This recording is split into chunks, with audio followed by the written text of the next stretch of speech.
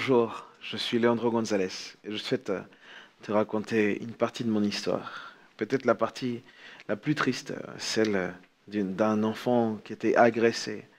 En fait, à la sortie du collège, je vais vivre une agression très grave.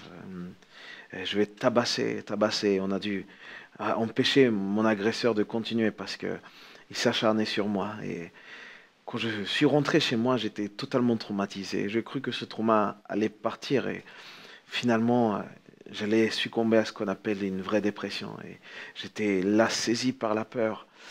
Je ne voulais plus sortir de chez moi. J'avais peur de tout. J'avais peur de tout le monde. On me demandait d'aller chercher le pain et quand j'allais dans la rue, j'avais l'impression que tout le monde voulait me battre. Tout le monde voulait euh, me, me faire du mal. Et je commence à vivre une psychose terrible. Je ne sors plus. Mes amis avec qui j'avais l'habitude de jouer au foot, il m'appelait et moi je répondais pas, je n'osais pas sortir, je me sentais vraiment mal, un mal-être s'était installé dans mon cœur et je pensais que c'était vraiment fini pour moi. Il y a des mal, il y a des mots pardon que je pense ne peuvent être guéris si ce n'est que par celui qui nous a créés.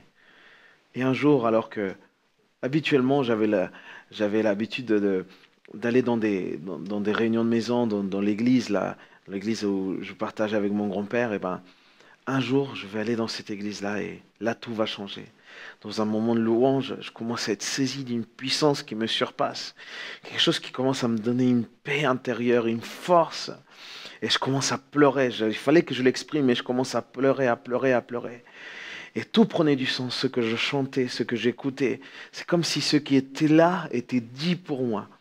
Et tout commence à changer dans ma vie. Et pendant 5 heures, je vais pleurer de façon extraordinaire. Je n'avais même plus de larmes pour pouvoir pleurer, mais je pleurais, j'étais saisi et je pleurais pas de tristesse. Et c'est ça qui est fort. Je ne pleurais pas de tristesse. Je pleurais de joie. Je pleurais de joie, et une joie qui me surpassait. J'étais en sécurité.